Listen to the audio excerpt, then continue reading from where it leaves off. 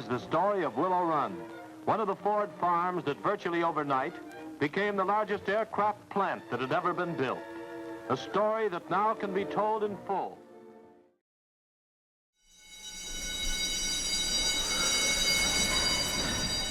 We're presently in what is known as Hangar 1 at Willow Run Airport. We're in Bay 8. And if we look out at about a 45-degree angle from here, we see the two doors where the bombers would come off the assembly line after they were built. There's a lot of stories that lead up to the building of this factory. With the war in Europe turning hot, when the Blitzkrieg took place in the Low Countries, the U.S. was totally unprepared. So Roosevelt went to Congress and said the U.S. must build 50,000 airplanes to protect itself. Then in the fall of 1940, the Battle of Britain took place, and the bombers were devastating England. And it came out that bombers would be the way that you'd have to fight World War II. And all the auto companies were given projects to build engines and airplane parts. Ford Motor Company was given the B-24 bomber, which was a problematic airplane. It was the newest airplane we had. It was still in development stages, and they wanted to mass produce this airplane. So Ford said, I'm not just going to build parts, I'll build complete airplanes. That was Henry Ford speaking for his company. And in January of '41, his chief production guy, a guy named Charles Sorensen, went out to San Diego, California to watch how Consolidated was building the B-24 bomber. And what he saw for a production guy was just out of this world. They were building them by hand, one at a time, every airplane, an individual handcrafted masterpiece. And he said, you'll never build a lot of airplanes this way. And Ford can't help you because Ford builds everything the same and you guys build it different. So he went back to his hotel room at the Coronado Hotel in San Diego. And he stayed up all night. And in the back of 42 placemats, he drew the Willow Run Bomber Plant where we are today. And he went back the next morning. He told the Army, he told Consolidated, Ford Motor Company can build one B-24 bomber an hour on an automotive-style assembly line. The U.S. was so desperate that without even asking how you could do this, they said, start the project. And they allocated $200 million to build this factory, the largest single allocation in the history of the U.S. government at that time. And they broke the ground on this plant in April of 1941. They broke ground on the airport at the same time, and by November of '41, the factory was producing parts. This 80-acre plant was built in record time. In reality, it was made into two plants under one roof, a manufacturing plant and an assembly plant. This was the largest single factory under one roof ever produced in the world when this plant was designed. The plant was originally designed to have about 60,000 employees. They never got above 42,000 because of the logistics of living here and getting the people in the plant. And when they were in peak production, there was only about 17,000 employees in this factory.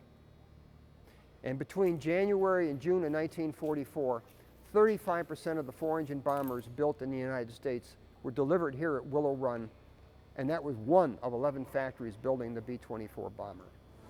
Of course, this was something new in assembly, not just another relatively simple automobile with only 15,000 or so parts to be made and assembled. Each of these machines is made up of 1,225,000 parts. What they did was they took what had been done as individual pieces, and they took the engineering drawings, and they designed it to hold the tolerances of 2/10,000ths of an inch.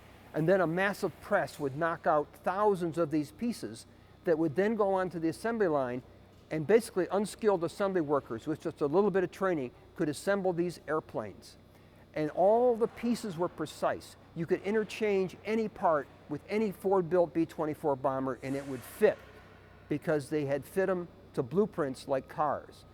The rest of the aircraft industry still used a lot of hand fabrication to complete their airplanes. At Ford's Willow Run near Detroit, manpower shortage had early become a problem. From its overworked trackless trains to its assembly line, the need for workers had risen sharply. There was a shortage of manpower, so the women started to come into the workforce, And even by May of 42, before production started, women made up about 20% of the workforce here at Willow Run. And the women didn't get drafted, and the women didn't volunteer to go into the service like the men did. So they tended to come in here and stay. So as the employees turned over, it was on the male side, and the females stayed in here. By the end of the war, 40% of the production workers here in the factory were women. Not peeping Toms, but riveters, learning how and where to put the 700,000 rivets that go into a single Liberator bomber. Well, there was a girl named Rose Monroe that came out of Kentucky, moved up here to take the job at the factory. And there was promotion out in Hollywood about the women in the defense industry, but they picked this girl, and because her name was Rosie, it kind of tacked on to Rosie the Riveter, and she became the prototype for that female production worker during World War II.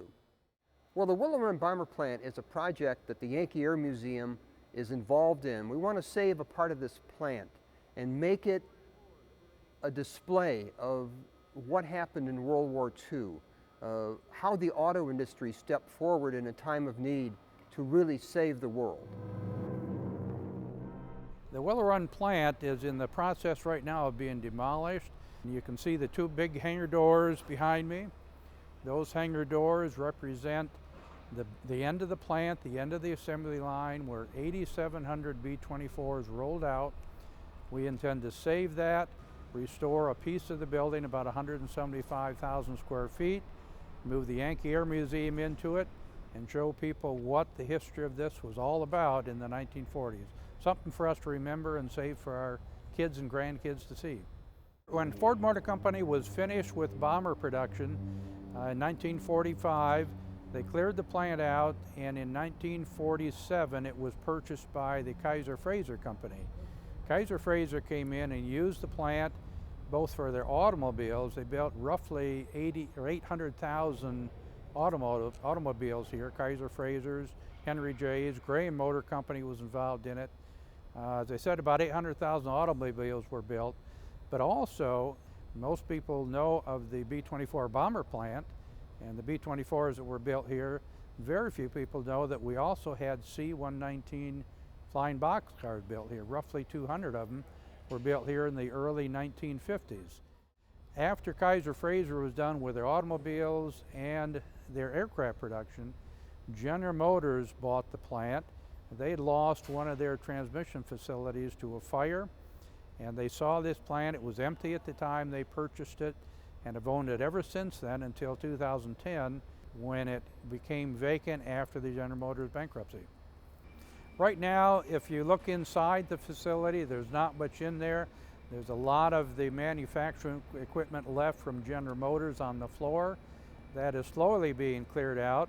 Once it's cleared out and the power is restored to it again, you'll be able to see that it looks just like it did in 1942. This end of the building was never restored.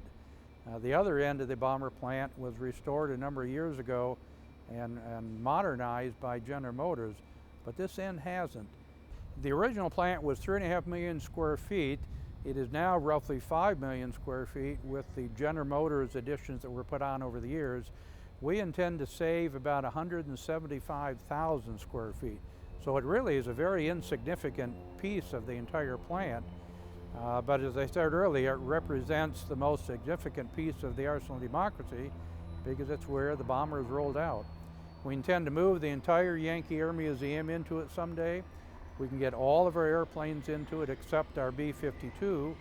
We'll use it for a hangar for the other airplanes, the 5 airplanes that we have in this hangar. Initially, we're looking at raising about $8 million. That money is needed to bring the building back up to code and essentially make it a functional building. By the time we're done, we'll have probably put $15 million, possibly more, into the building. Of the $8 million we need to raise up front, we have $2.5 million left. This ship is strong, with strength built in by skilled brains and hands, with all the experience that Ford has gained over the years of mass production. Detroit's had some rough times over the last 10 years or so, and especially in the last couple years. But this is something that Detroiters and people from southeastern Michigan and northern Ohio, all the people that supported this plant, worked in it, and the companies that supported the production here, this is something that we can look back at and we can smile about. We did something here in Detroit that was not done anywhere else in the world, and it literally saved the world from the Axis powers.